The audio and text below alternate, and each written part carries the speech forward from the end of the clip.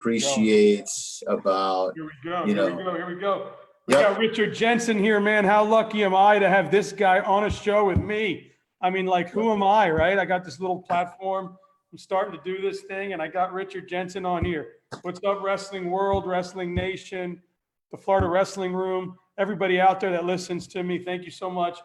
He's the author of Be a Champion in Life and Wrestling National Champion 2016 at a very young age of 37. So obviously, most of you know his story. We'll get into some questions and answers. He'll tell us kind of the road that led to where it is, and he'll help us guide some young men out of some issues. So, hey, Richard, thanks so much for coming on. I know it's some screwed up times right now with this pandemic.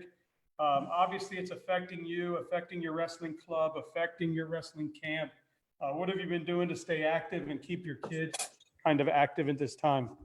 Yeah, you know, our speaking tours and team travel and camps and clinics got chopped at the knees, just like everybody else, you know. So trying to stay engaged, stay relevant, make sure that I'm present on social media, make sure I'm talking about, you know, my book and also our plans moving forward, because we're going to get to the other side of this thing. It's just a moment in time, and we got to remember that this isn't permanent. It's just a moment in time. And but yeah, everybody's getting affected by it, you know. So but yeah, staying grounded, staying positive, staying sober, and making sure that I'm connecting with coaches and athletes, even though we're not having events, making the phone calls, sending the message, sending the email, present online, you know. Hey, we're still here. Man, that's super awesome and super amazing. And now, when you, I know obviously we're not messing with drugs anymore. That's way behind us. Do you have a beer at all? No, you know, I get that question a lot, actually, Dan. Hey, first off, I appreciate you having me on, helping keep me relevant. You know, you've had some great guests in the past. I've been thumbing through your stuff, and I appreciate you adding me to the lineup, man. You know, the old guys got to get a little moment too. Yeah, and I wanted to ask you that because part of my 10 questions to you was one about Beer Week or Holiday Ale Festival I heard you have out there. So, obviously you don't prefer either of those, so I'm going to cross that off my list. All right. Yeah. Hey, listen, I'm going to make it real clear. I've been sober. I've been clean and sober since October 10th, 2003. It was the day I got up off the homeless shelter and said, I'm changing my life, and I'm going to chase wrestling like I chase drugs. And I haven't picked up a drink since. So yeah, no. Man, no. Good for you. Good for you. You know, there was a while back where I was drinking really, really heavy, and I had some mishaps. So since then, I don't drink as much as I did before. I'll have a drink now and again at home. But I do have to admit, when I get down to my sister and brother's brewery in St. Pete, I do enjoy that. But yeah, I have cut back a bit, and I can appreciate that. So good for you. Good for you. More power to you. You know, I quit. They don't make drinks big enough for a guy like me. So hey, I had to stop. They just don't make them big enough because I don't know how to stop. That's my problem. I have a very addictive personality myself, so I have to either slow down or have someone with me. So I understand. That's amazing, man. So you know, most of us have seen your YouTube videos. We've seen your story on ESPN, which won you an Emmy. Holy shit, man! What'd you think about that when you got an Emmy for that, man? That had to. It was mind blowing, dude. Mind blowing. It's like, oh my gosh. Yeah, and do those guys still keep in touch with you? They do actually they do. And I just got a message the other day from the producer, Martin Kodabashian. Give him a shout out. He's connected and we've become friends over the years. And he sat down with me and he goes, when we did that interview over 10 years ago, you laid out your 10-year plan, Richard.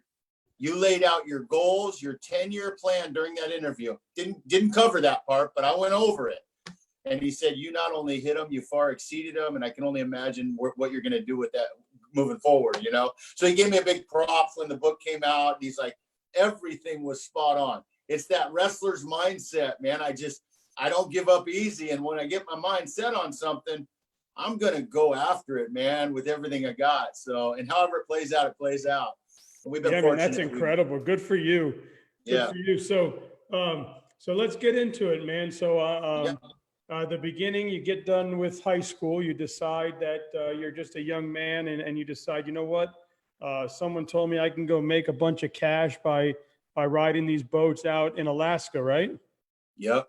So you head out there and you jump on these boats and you're rocking and rolling in these high seas, and somebody says, "Hey, kid, take this," and that's where it all began, right? So it was meth, correct?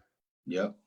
So Yeah. So, here's the thing. You're talking to a kid that was raised in a good family values, good loving belief system, sheltered by sports and wrestling, and spit out into the world at 19 years old, with some low self-esteem, some insecurities, shot up to Alaska where the men are real men, and it's a heavy, rough lifestyle, and so you shoot me out to Alaska with the idea to go make some cash, a kid that never had nothing. And then unfortunately, once I hit that alcohol and started drinking a little bit and started doing a little bit of drugs, Dan, wow. it took me for a whirlwind, man. I mean, once it grabbed me, there was no coming back for a while, and you couldn't script it. You can't plan it. You don't know how bad it's going to affect your life when you're getting into this stuff, trying to be cool, trying to fit in, trying to be part of. And drugs' job is to kill you. Drugs' job is to take everything you love away from you and separate you from your family and separate you from what's really important in life.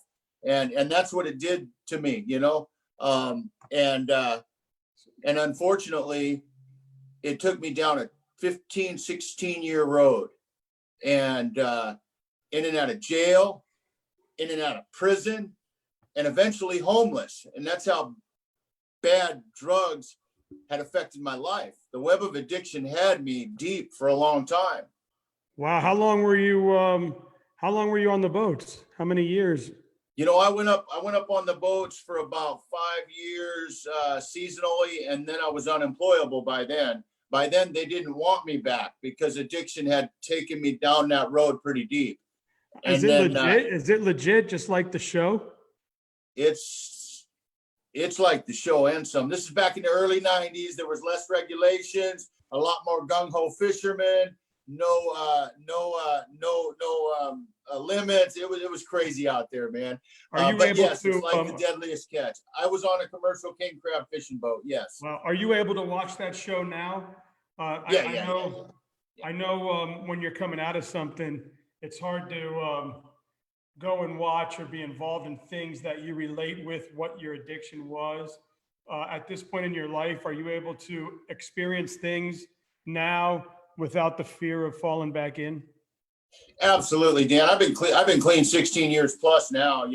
It's a lifestyle for me now. But I will tell you that first 2, 3, 4 years, you and I weren't sitting down having lunch in a tavern. Okay, I was very safe. I stayed very safe. I worked very hard at staying away from people's places and things that could trigger me. I did everything right, and I stayed very, very safe. And because I had fear around maybe going back, but today it's different, man. I can have my buddies over for the fights, and they can bring a 6-pack over, and I can have lunch in a tavern, no problem.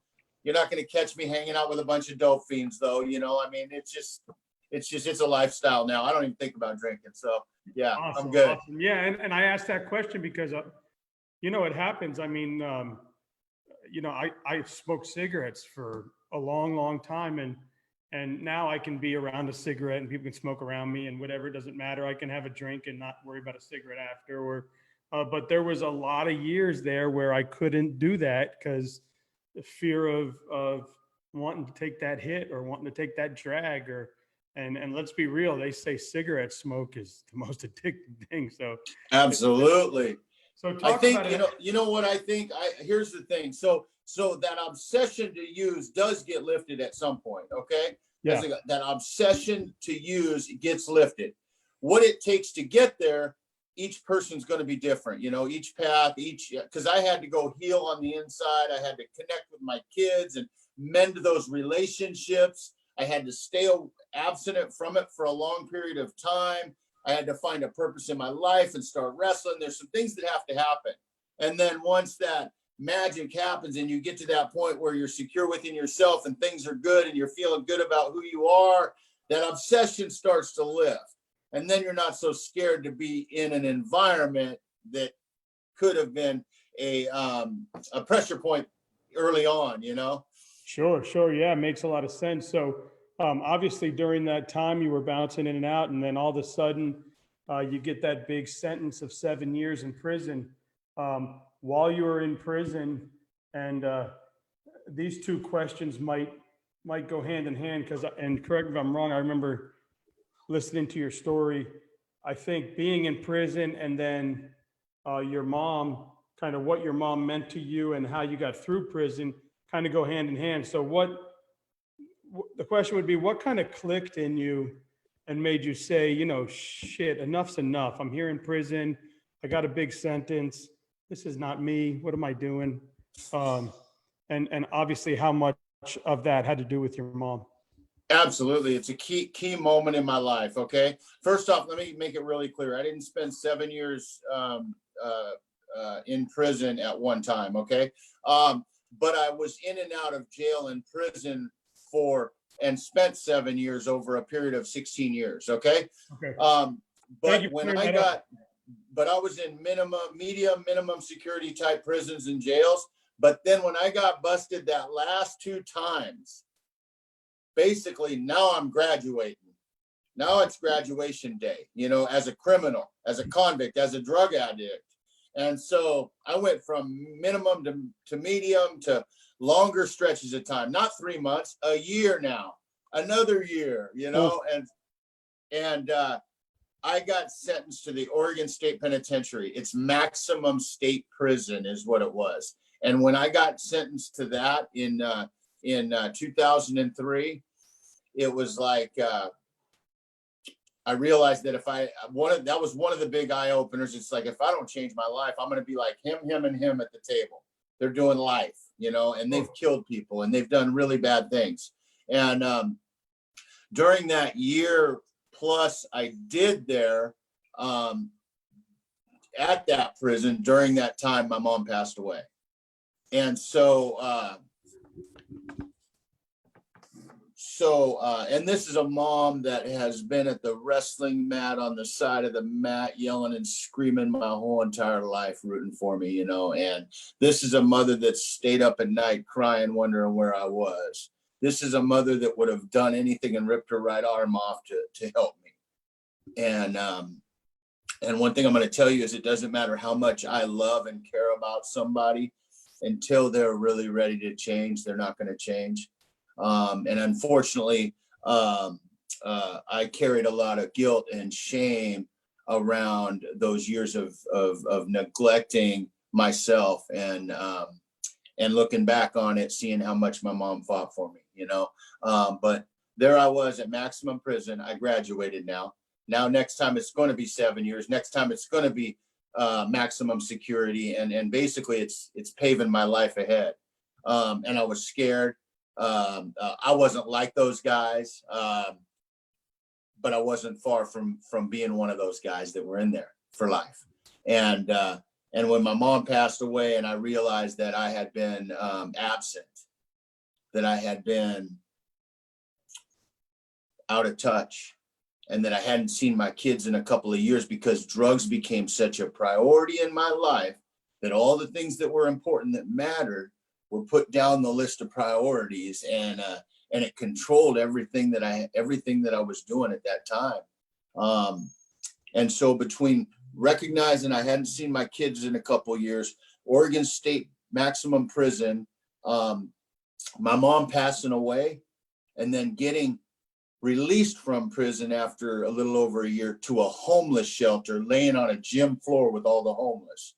That was the key recipe and 34 years old, you know, I mean, I'm getting, that was the recipe that really kind of reached in and said, you know what, you got to get up off the floor and you got to tackle this world and make change. And how much did that have to do with that old added get up off the mat that you learned being a young wrestler?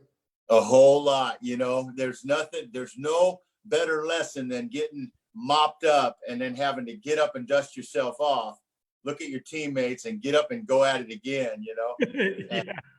So what's your relationship now with your kids? What's that? How is your relationship now with your kids?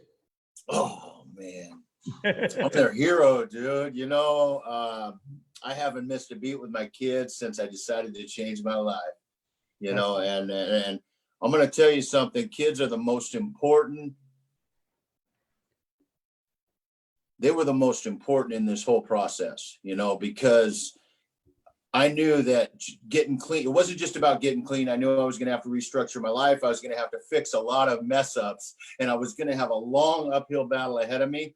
But I knew that if I could do that one thing right, reconnect with my daughters and build that relationship that we're supposed to have and never let them feel a disconnect with me ever again, that everything else in life would work itself out. That's how important that was to me. That's awesome. And hey, God bless you for that, man. And a lot of people go through what you did, but they don't know how to get back up and do it and go to where you are now. I mean, I was talking to a gentleman and I told him he should reach out to you. He's a coach, a young coach up in Scarborough, Maine. And I couldn't get him on live this morning. So we did the interview over the kind of like audio because his internet wasn't working and I'll post it later. But he went through where his parents were drug addiction. You know, that was what it was. He ended up in Boys Town down in Nebraska and kind of found wrestling, found his way out and got to college and kind of now is working with young men and women. And they're about to take the wrestling program over where he's at. But his story is great. And I know when we'll talk about your camps and stuff, but I told him about you. I said he should reach out because I mean, that's a community that he can help you with because he's obviously been there, you know? Yeah, for sure. No, that's great. Good. I'm proud of him for scathing his way through, you know, out of that and coming out on the good side of things, you know, Yeah, good for him. I'd love to chat with him. Love to. Yeah, man. So you get through all the dark shit and that's done with. You come out, you decide, okay, you know what? I slept on the floor. I woke up. I washed my face. I'm doing good now. And you walk into, now I might screw this up, Clackamas Community College, and you say, hey, I'm prepared to go to school. I'm prepared to get an education now. And how old were you? 37 by then. 37 by then. And you say, and you walk into the coach, John Roden, and you're like, boom. So tell us about Clackamas Community College and the opportunity they gave you, and then kind of go into what Coach Josh Roden has meant to you from then to now. Yeah. So there I am. I get sober. I'm fighting to stay sober, and I'm finding meetings. I'm learning. I'm going to groups and treatment and all sober living. I'm going through the whole process. Okay, and it's a couple-year process, and then I decided, and I've been thinking about wrestling for a long time, you know, and I thought, I wonder if I could have a shot at being part of the team, you know, someday. And finally, I just decided, I stayed clean for a few years. I got stable. I'm doing pretty good. And I decided, you know what, for me to go for the long haul, for me to stay sober a long time and really change my life and get where I wanted to be my whole life, I need to get back to the wrestling room. I knew that if I could get back to the wrestling room, it would fill that void I had inside of me from missing the per se boat to catch the boat, you know, back out of high school. And if I could be part of the team again and I could restructure my life around the sport and be that athlete I was always meant to be again, then my life would get better, you know? And so I go out to Clackamas. I'm 37. I show up at the school. I talk to the athletic director, and I'm like, hey, what are the odds of me being part of the team? I'm 37 years old. I'm I want to get an education, and I want to get an education here because you guys have a wrestling team. And Jim Jackson, miss him dearly. He's not with us today, but Jim Jackson was a golden man and longtime great man. But he tried to let me off easy. He said, many have tried. You forget how much sacrifice and how much it takes to be a college athlete at 19, 20, let alone 37. Yeah. But he was kind of letting me know that I probably wouldn't make the team, but I could probably be some part of the team, some sort, and I left there, man, and all I heard was there's a little chance you can be part of the team. Yeah. Oh, like that movie Dumb and Dumber, right? Just like that. All I heard was there's a chance, coach. Chance. Yeah. It might be a sliver, but there's a chance. That's awesome. Reminds me of Rudy too. He's like, just. Yes. So anyway, fall came and obviously Jim Jackson had mentioned to Josh, hey, we got this 37-year-old guy. They didn't expect me to show up. They figured it was a pipe dream and all that kind of stuff. And I showed up first day of practice, ready to go, and I write about this in my book because it's really important that people understand the fear and anxiety that I had making that step to the wrestling mat. As 20 years older than the athletes, 10 years older than the coaches, I've been living a lifestyle that I'm not supposed to be here, and I was stepping on the mat, and I knew that the value, whether I won or lost, whether I made the team or not, I knew the value of me just being in that room, just getting that redo in life, and just buying into the program. My life was going to get better. And there was a disconnect for a couple weeks, because it's like, what's this guy doing here? And some of the athletes are like, oh, are you coaching? And I says, no, he didn't introduce you as, why didn't he introduce you as a coach? Oh, no, I'm a student here. I'm an athlete. I'm just an old athlete, And then I remember one of the athletes said, you must have been watching some inspirational comeback stories all summer and decided to put your wrestling shoes on and make a comeback. That's funny, man. So Josh Roden was your coach at the time, right? Yeah, that was his first year too. Yeah. Wow. So talk about your relationship with him. I mean, how after you kind of proved that, okay, I'm here and I'm willing to work. How much belief did he have in you, and what did that belief do for you? I think the belief that I was there for a purpose bigger than wrestling came pretty quick. As far as being a key athlete in the lineup, I think that came the second year, because the first year I got my ass handed to me all year. But he realized that I was that guy that was never going to give up, that kept showing up, and that I actually am an extension of the coach's arm. I bring in life lessons into that wrestling room. It changes the dynamics of a college wrestling room when you bring somebody like myself, who's been down the road I've been down, that's heavily motivated and focused on what I'm doing, and shows up.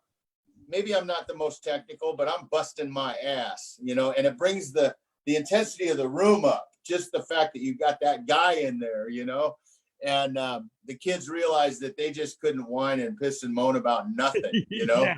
Nothing. Yeah, I mean, let one of them say life sucks. Yeah, let one of them nothing. say I'm having a bad day. The Coach Roden would be like, sir, can you talk to this kid? Johnny's having a bad day. Tell him about life a little bit. Yep. What's wrong, Johnny? I got a D on my class. Right. My girl broke up with me. I failed a test. It's just like, okay, guys, hey, let's have a chat. Let's go take a tour of Oregon Penitentiary. I'll show you. Right. The coaching staff was great because it was their first year too. And we did really well. And Clackamas hadn't done well in a long time. That's awesome.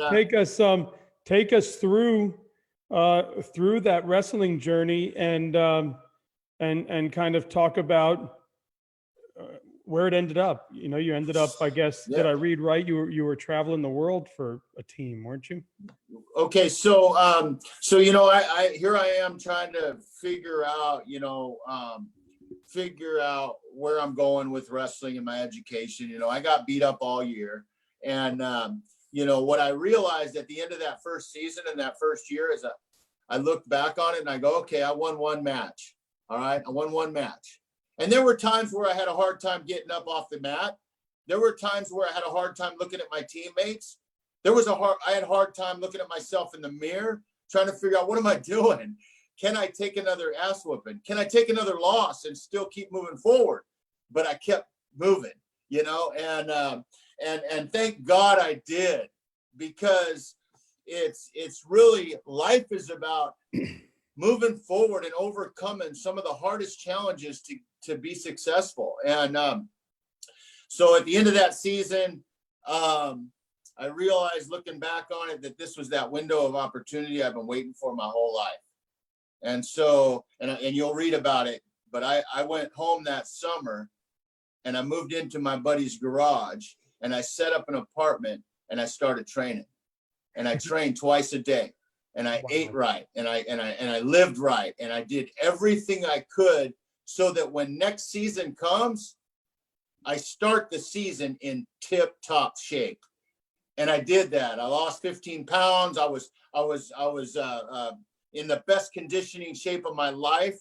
And so I ended up coming back that second year and a different man. And all of a sudden it's like, shit, you're back. And not only back, you're in shape. And the first tournament of the season, I won 4 matches that day, and it was more than I won the whole year before. And so all of a sudden my self-esteem got up. I felt like my conditioning and my smart wrestling and I figured out some advantages I had, throughout that season, and I used them, and I ended up starting to win. And so then I became an important part of the lineup. And so I ended up going through that 2008 season. I only lost a handful of matches that whole year. And we had regionals at home at Clackamas, so that was exciting. We had ESPN there. We had the Oregonian there. We had a bunch of other papers there, and they were all around the mat at Clackamas. So it was an exciting time, for wrestling, for us, for our program. And I ended up winning my way through that tournament and got into the finals. And I lost in the finals, but I ended up placing second in the region, and I qualified for the junior college national tournament in Minnesota. Wow. I mean, talk about coming on the mat with these young kids. Like, I got to imagine you walk into a room, you walk into the tournament, and you come on the mat, and they're like, oh boy. But then you beat them, and they must just be like, oh, I just got beat by this guy. Not the old guy. Not the old guy. Man. I'll tell you what, for me, here's the thing. You can't mentally break me is the key element. Like, I came from real struggle. So there is no man that can step in the circle that can intimidate me or break me, and so I bring that into the wrestling match, and then you've got this old guy that's old enough to be their dad. That's got to be a little intimidating too, though, if you think about it. Sure. and he's winning. Yeah, and doing a great job. So then you go off to nationals, right? Yeah.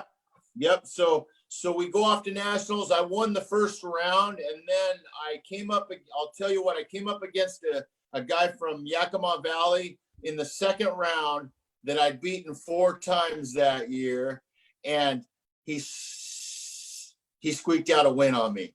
And so, and there's a lesson in that too. So I bounced over to the Constellations, and I lost my third match, and I was knocked out of the tournament. But I'm probably the oldest, or one of the oldest on record, that's ever competed at the junior national tournament. I was 38 at the time. So, and then obviously with that, I found out, I graduated, I got an education. They have a Clackamas, they have a Richard Jensen Inspirational Award that they dedicate to an athlete every year at Clackamas. Nice. one of my, I left a mark there at the college with what I did.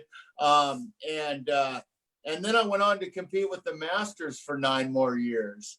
You know, my life was getting better and I was still healthy and I just wasn't ready to let it up. So I created Be a Champion. I competed for another 9 years, chasing a national title, and competed in Athens, Greece, and Iowa, and Vegas, and all over the place, and eventually won a national title in 2016.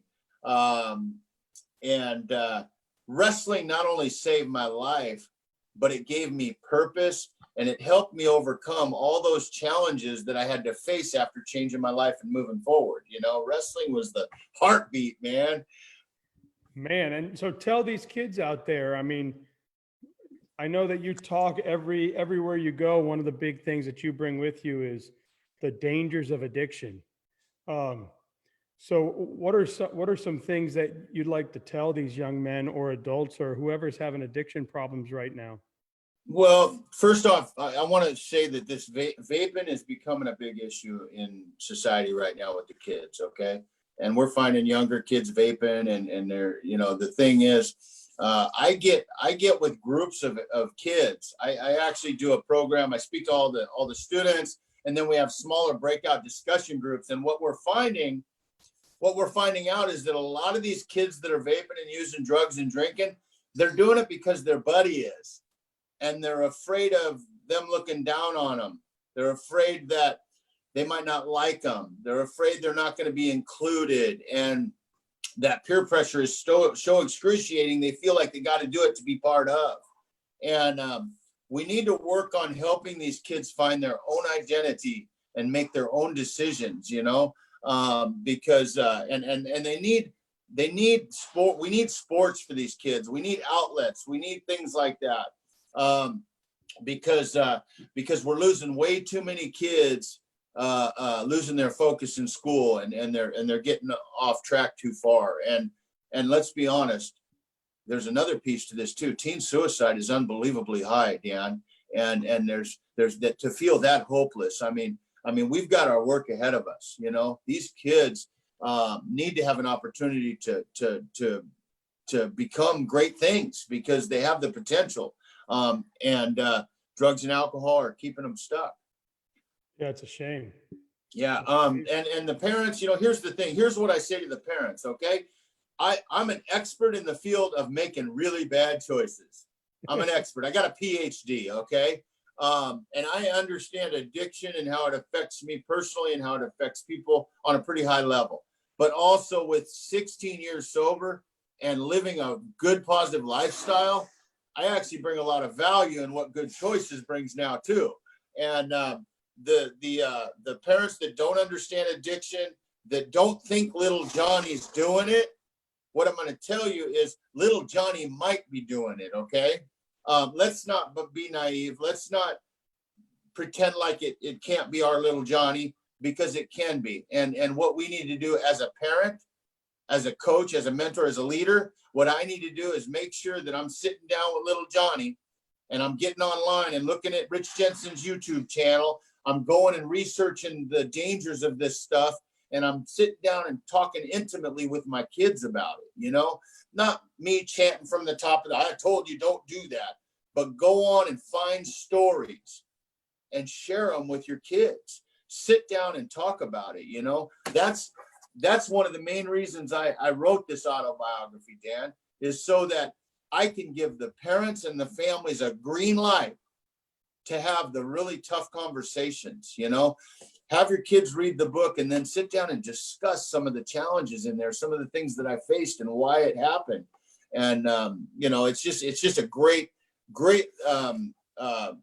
educational piece. And it's a great story. And I wrote it so that kids could read it and that everybody could relate to it. And it kind of is a discussion. It's a discussion book, you should sit down and be able to talk about it.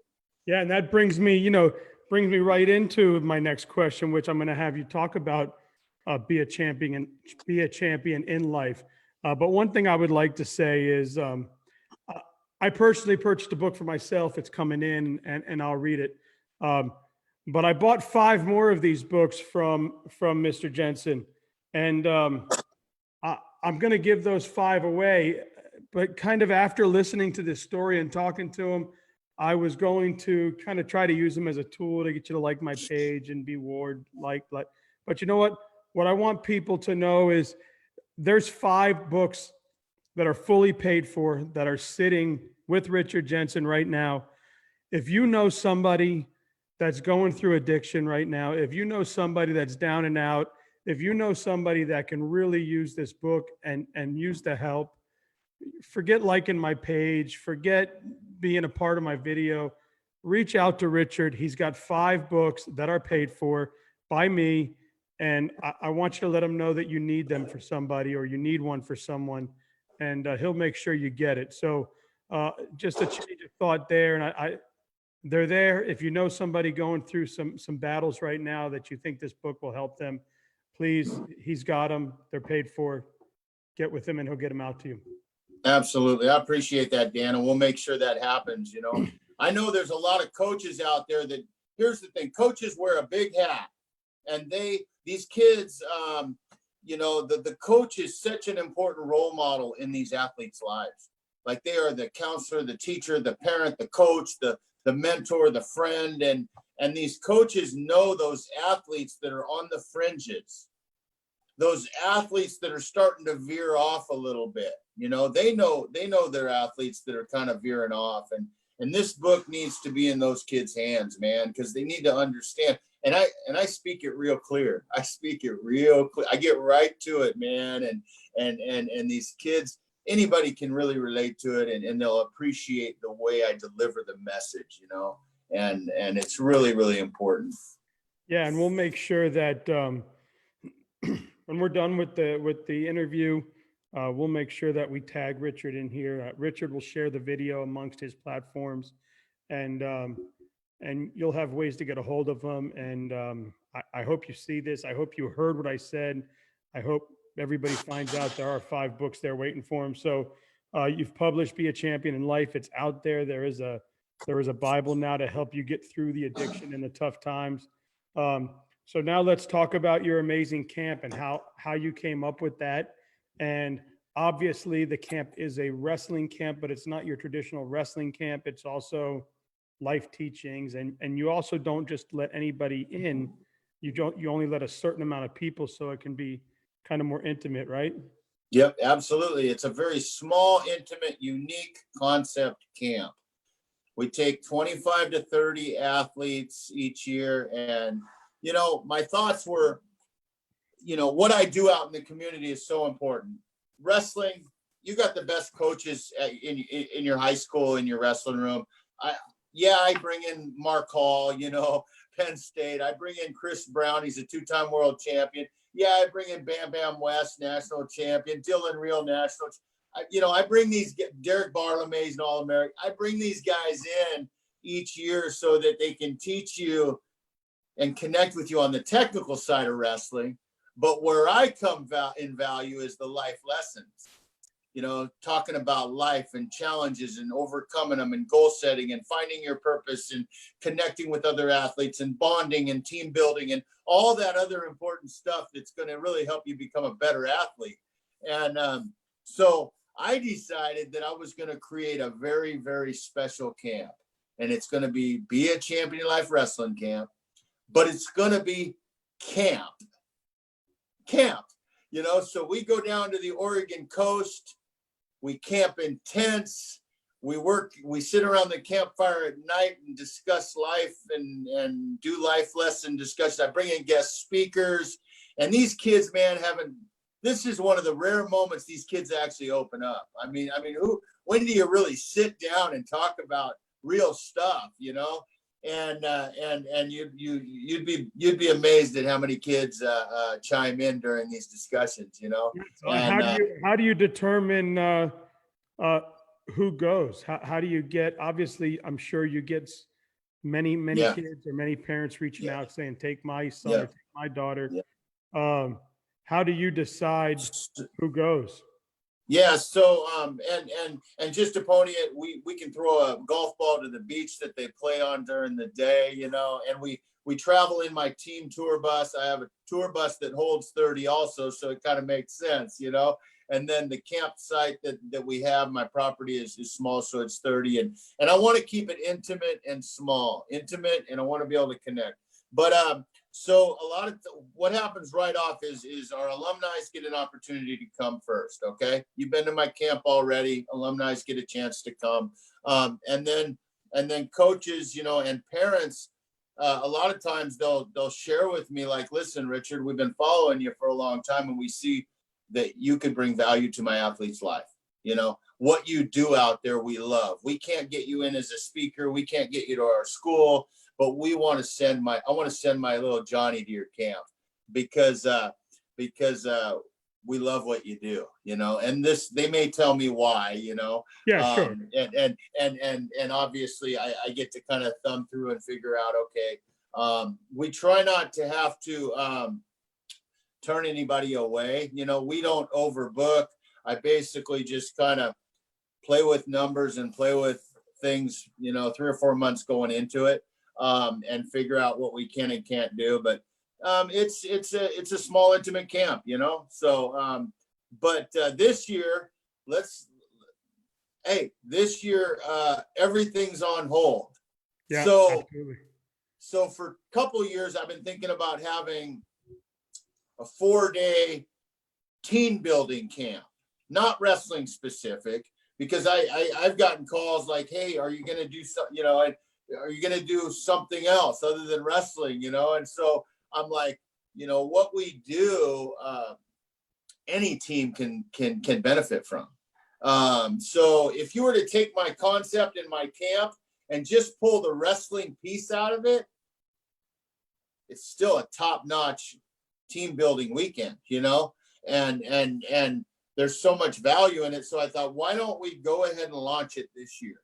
Because I was gonna have it last year and the year before. It's too much. I gotta just focus on my camp, and I was like, I don't have time to focus on it. I would love to do it. So they forced my hand this year because I don't want to wait till the last minute and make decisions on a wrestling camp. So I just decided to pull the cord and say, hey, here's what we're doing. We're going to have a team building camp. It's going to be in the middle of August, and we're going to try to pull that off if the logistics will let us. That's awesome. So obviously, I think we already did that. My last question was obviously, how did wrestling shape you and help you find inspiration to succeed? But I believe that you already talked about what wrestling meant and how it inspired you and the whole additive to get off the mat. So what I'll do is I'm going to go into my 10 questions that I created for you. At the end, I usually do kind of like the speed questions with stuff, but I'm trying to make it different. And today was my first day. I'm trying to make questions that are significant, specific to you. So I was doing some research at Portland, Oregon. I know nothing about it. I've never been there. So these questions are because, most of them have to do with that. So it seemed like Thai food and Vietnamese food is the food of choice in Oregon. So do you go Thai food or Vietnamese food? Thai food all the way. Thai food. Now I hear that fried chicken or pizza is one of those things over there, the fried chicken or pizza. I'm a pizza man, I like it. You go steak or seafood? Steak. So a better trip, Mount St. Helens or Mount Rainier? St. Helens. Better Oregon wrestler, Les Gutierrez or Kenny Cox? Okay, so it's okay. You got to get this right because he's head of the USA. It's Les Gutches. I'm going to say Les Gutches.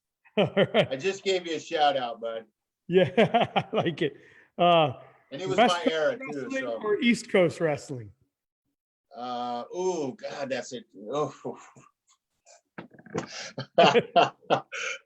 Okay. Oh man, Oregon's gonna love this. East Coast wrestling. But they do. Anybody that follows me knows and appreciates the fact that my second home is New York and Pennsylvania. You know, I'm out there 2-3 times a year on tour. So That's and awesome. I'm connected out there at a higher level than even Oregon almost, you know. Oh, so do we go ducks or beavers? Oh, we go Beavers. Beavers. All right, this is more, these two are more whatever. Whopper or Big Mac? Whopper. Whopper. Now, do you prefer a home cooked meal or dinner out? I'm a home cooked man, dude. We have eaten dinner at the dinner table for years. Love my wife, love her cooking. I was raised at the dinner table, and we hold that tradition today. And that's all I got.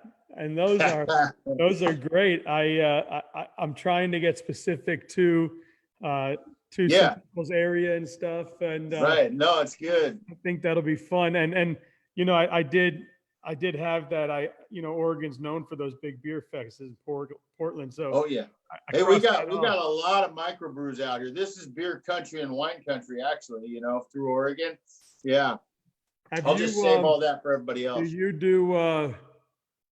Have you ever considered like the beer now? It's big amongst people that don't drink alcohol. They have those alcoholless beers or whatever. Have you ever gotten involved in that or? No. No, because once your taste buds get hit, you're like me, right? It's like I take a chocolate chip, I'm gonna eat the whole damn bowl. Right. And I do eat the whole bowl, you know. But here's the thing. So and a lot of people do ask me, hey, can you sit down and have a drink with me? You know, after all these years sober, you know, why can't you just sit down and have one with me? Well, you know, maybe I can. Let's talk realistic. Maybe I can and get away with it, and it would be fine, and nothing would ever happen, and my life would still be great. But there's a 1% chance that beer didn't work out and it ended up snowballing into more drinks. I don't want to take that chance, because you want to know why? Because my life is good and I don't want to jeopardize the chances of it getting better. So when you and I go out for a drink and you come down here, do I need to take you to a place that serves Pepsi or Coke? Oh, Pepsi. Yeah. Okay, Sprite. so we got to find a Pepsi joint. Next time so when you come to Florida, we're looking for Sprite. We'll be all right, man. We'll be Yeah, all right. I'm gonna find my way out there real soon. I'm starting to work on a 2020 Hope Tour. You know, I'm kind of waiting on the school's green lights, and then we're gonna go nuts and get it out there. So Nice, man. Well, I'd love to meet you personally, and I can't wait to do that. And I thank you so much for talking with me. And please feel free to share this once we get off and put your information. And thank you. And God bless you, man. And I'm so happy you're in your kid's life and your wife's life. And I'm sure Mama's looking down real proud. oh, thank you. Yep, I honor her every day. I appreciate that, and I appreciate what you guys are doing, man. And keeping some of the greats on the forefront, man. Keep up the great work. Yes, sir. Thank you.